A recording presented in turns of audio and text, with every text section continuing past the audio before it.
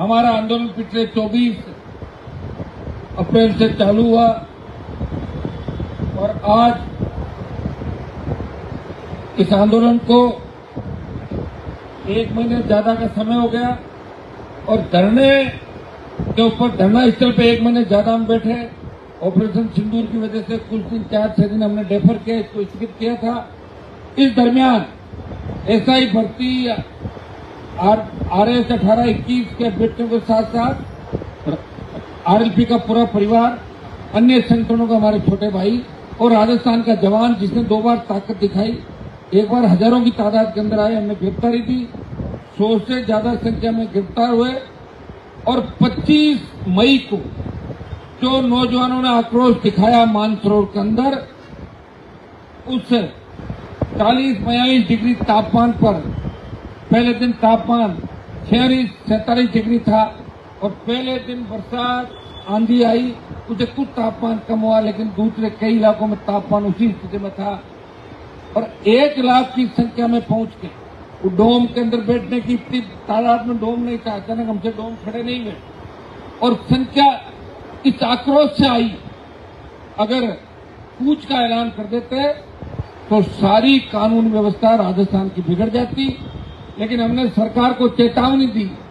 ये नौजवानों का आक्रोश है भजनलाल सरकार के प्रति, उनके उन मंत्रियों के प्रति, उनके उन नेताओं के प्रति जिन्होंने सरकार में आने के लिए नौजवानों से झूठे वादे किए। कांग्रेस सरकार के समय जितनी भी भर्तियां जो थी उसमें पेपर लीक हुए थे, रीट लेवल फर्स्ट का था। रोज वो विधानसभा में आरोप लगाते, बाहर सड़कों में लड़ते, एक ही बात कहते कि अगर बीजेपी की सरकार आपने बनाई, घोषणा पत्र के अंदर बात रखी, नेताओं के फोटो डाले, तो हम एसआई भर्ती को रद्द करेंगे। इनके कई नेता जो पहले आंदोलन कर रहे थे आज मंत्रिमंडल के अंदर है, उन्होंने भी हमेशा आवाज उठाई, आरपीएस का पुनर्गठन करेंगे। आरपीएस के 2 मेंबर अभी जेल के अंदर है, कई नेताओं पे गाज गिरी और बहुत से मगरमच्छ पकड़ने, लेकिन भजनलाल जी की कौन सी मजबूरी है ये आज तक समझ में नहीं आई कि अपनी सरकार का जो वादा था वो ये लोग भूल गए और इतना दुस्साहस ये सरकार कर रही है कि खुलेआम जिस तरह जेटीए का जो भी आपका एग्जाम था, जिस तरह दूसरे पेपर थे, 18-21 की कॉपियां सार्वजनिक करने की बात हमने करी, लेकिन सरकार टच से मस्त नहीं हो रही है। मुझे लग रहा है पोपाबाई का राज है राजस्थान के अंदर। पोपाबाई का राज क्यों कहा जाता है आप भी जानते हो। पोपाबाई का राज का मतलब कौन राज के अंदर राजा है, राजा सो रहा है, प्रजा मर रही है, समाचार कहीं आ रहा है, कागज कहीं जा रहा है, मेल कहीं नंबर पे जा रहा है, मुख्यमंत्री का नाम मेल जाता है, बीच में कहीं और चला जाता है, बुलाते कहीं किसी को चला कौन जाता है, कागज देते कहीं है, कागज चला कहीं जाता है। ये स्थिति राजस्थान की सरकार की। और भजनलाल हो भी क्यों, भजनलाल जी ने जीवन में थोड़ा ही सोचा था मुख्यमंत्री बने, पर्ची खुली और मुख्यमंत्री बन गए। अभी 2-3 साल तो इनको मुख्यमंत्री के रूप में अभी स्थापित करने में लगेंगे। अभी बॉडी लैंग्वेज से भी मुख्यमंत्री नहीं लगते कहाँ, देखो खड़ा कर दो, मैं बात कर लो, तो 1 मिनट के अंदर वही बचता नहीं बात करते। तो भाई जिस आदमी की कथनी और करने के अंदर अंतर हो, उस व्यक्ति का लंबा राजस्थान में आप ये नहीं रह सकते। मैं भजनलाल जी को फिर कहता हूँ कि कोई पूर्व जन्म का आपके परिवार का कोई पुण्य क्या होगा कि आप सीएम बन गए। बाकी आपसे तो बड़े बड़े लोग यहाँ जो थे वो मुख्यमंत्री की दौड़ के अंदर थे, वो पूर्व मुख्यमंत्री घूम रहे थे। आप पर्ची से सीएम बने हो तो पर्ची से सीएम बने तो आप भरोसा दिल्ली के नेताओं का रखो, नहीं तो वो कब किसको हटा दे उनका भी कोई भरोसा नहीं। उनके पास तो मैं रहा हूं, मुझे पता है कि गृह मंत्री प्रधानमंत्री के पास तो नंबर कटते हुए टाइम नहीं लगता। बड़े बड़े जो लोग थे उनके पास बैठते थे, कब उनकी छुट्टी हो गई, कब भागे। वहां तो मंत्रियों की स्थिति ये है कि एचएम साहब तो मंत्रियों को बैठने का ही नहीं कहते और उनकी नजर देख के मंत्री भाग जाते हैं, पता नहीं क्या स्थिति है भाई। तो भजनलाल जी आप समय रहते संभालो। अगर आप हट गए मुख्यमंत्री से तो फ्रूट मंडी में और सब्जी मंडी में सब्जी के ठेले वाला भी आपकी तरफ नहीं देखेगा, ध्यान रखना। वसुंधरा जी फिर भी लोग देख लेंगे, अशोक गहलोत फिर भी देखते हैं पूर्व मुख्यमंत्री अशोक गहलोत। इसलिए भजनलाल जी जवानों से पंगा मत लो, पंगा आप पे भारी पड़ेगा। अब की बार तो हम वैसे ही चलेंगे, लेकिन अगला जो पड़ाव होगा वो आपके आकाओं की तरफ होगा, दिल्ली की ओर कूच होगा और कूच इस बार बड़ा होगा। ये भी तैयारी करे। राजस्थान का जवान आर पार की लड़ाई के मूड के अंदर है। आप समय रहते हाई कोर्ट इसने तो हाईकोर्ट से आपने टाइम मांग लिया, जून में छुट्टियां, आप पहले ही रद्द कर दो, किसका इंतजार कर रहे हो आप? और आपको क्रेडिट अगर बीजेपी के लोगों को देना है, बीजेपी के नेताओं की एक अलग आप कमेटी बना दो, उनसे बात करा दो, 2 दिन सब लोग मिल लेंगे, उनसे कोई मसाज जुलूस निकलवा दो, महिला मोर्चा आपके पास उससे निकलवा दो, एबीपी है, युवा मोर्चा उनसे निकलवा दो, उनको बिठा दो धरने पे और फिर कह दो कि हमारा मोर्चा सड़क पाया इसलिए हम कर रहे हैं, दे दो क्रेडिट, उनको मना कौन करा? हम तो चाहते हैं कि जो बीजेपी ने कहा, कांग्रेस बीजेपी ने मिलकर जिस तरह राजस्थान के जवानों के भविष्य के साथ खिलवाड़ किया, ये कतई राजस्थान का जवान बर्दाश्त नहीं करेगा। हो सकता है कि नेता सत्ता के लालच के अंदर घरों में घुस गए, किसी को अपना कलर फेड होने का डर है कि भाई मेरा कलर फेड हो जाएगा धूप में निकलूंगा, तो किसी को कोई और लालच होगा, कोई डरा हुआ बाहर नहीं आ रहा। बयानवीर सारे बन रहे कांग्रेस वाले, लेकिन कांग्रेस के राज में घपले घोटाले हुए, लेकिन कांग्रेस पार्टी नहीं बोलेगी। और राजस्थान की जनता ने भी कांग्रेस को नकार दिया। जिस तरह बाड़मेर में भी सारे नेता हवाई जहाज के अंदर एक साथ घुस के गए, वहां 5 मुख्यमंत्री के दावेदार, लेकिन भीड़ हुई थी 2500। इससे आप अंदाज लगा सकते हो कि कांग्रेस को भी राजस्थान के जवानों ने नकार दिया। उपचुनाव के अंदर कांग्रेस पार्टी की जिस तरह 3-4 जगह जमान चपकी, इससे अंदाज लगा सकते हो कि राजस्थान का जवान और किसान कांग्रेस से भी गले तक आ गया। बीजेपी धोखा दे रही है, कांग्रेस धोखा दे रही है, और नई जो पार्टियां उसके दोनों दल हाथ मिला के आगे आने नहीं देना चाहते। इसलिए राजस्थान के जवानों से मेरा आग्रह कि तैयार हो जाओ इस राजस्थान को बचाने के लिए। अब आप बार बार ये कहोगे कि भाई साहब आपने जयपुर बुला लिया, हमें कूच नहीं करवाया। अरे कूच करवा के कानून व्यवस्था बिगाड़ देते और आपस में पुलिस और आमने सामने होकर निर्दोष जनता जयपुर शहर के लोग हो जाते, वो भी हमारे भाई थे। हमारा मकसद ये नहीं था कि लॉ एंड ऑर्डर बिगाड़ के और हम पॉपुलर हो जाए। देखा मैंने कई नेताओं को लाठी बाटा छुड़वाते हैं और फिर कहते हैं हमने लाठी चलवा दी।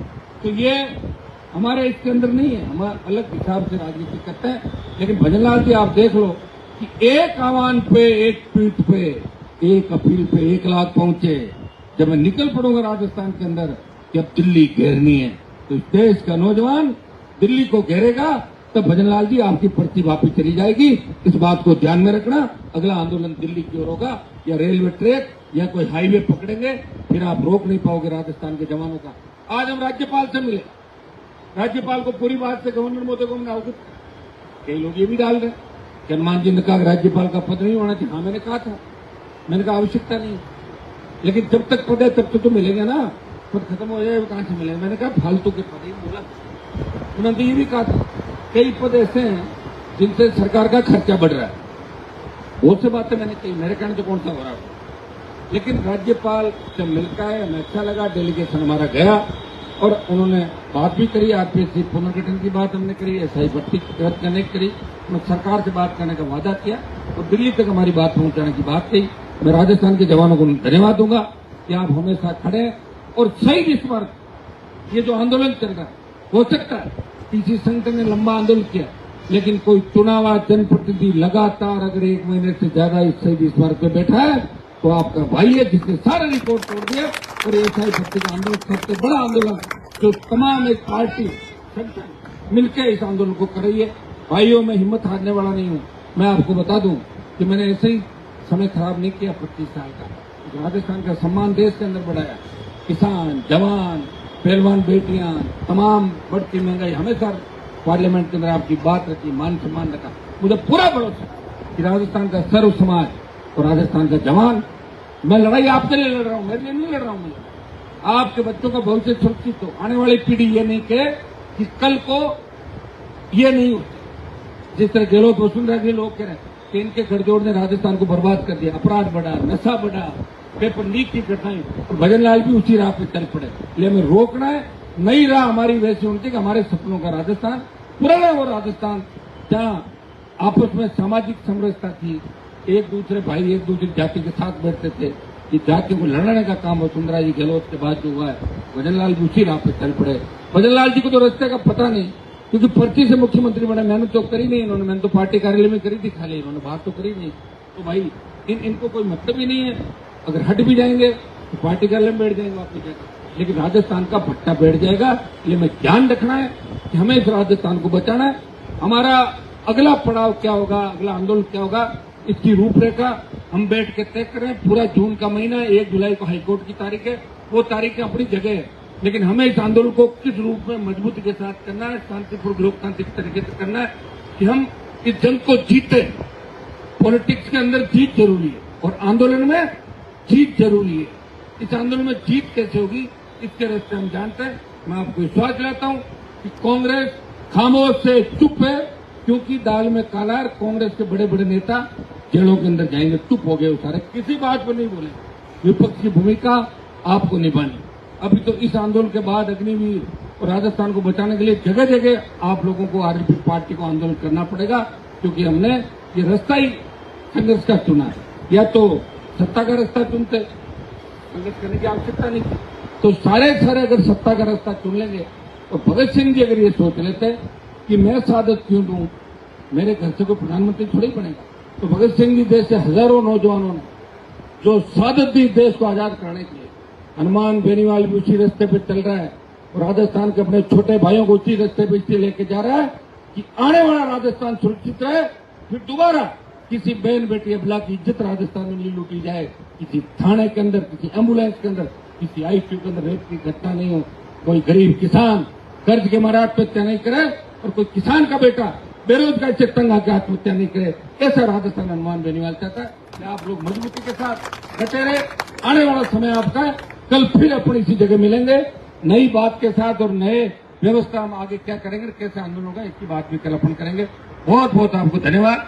जय हिंद।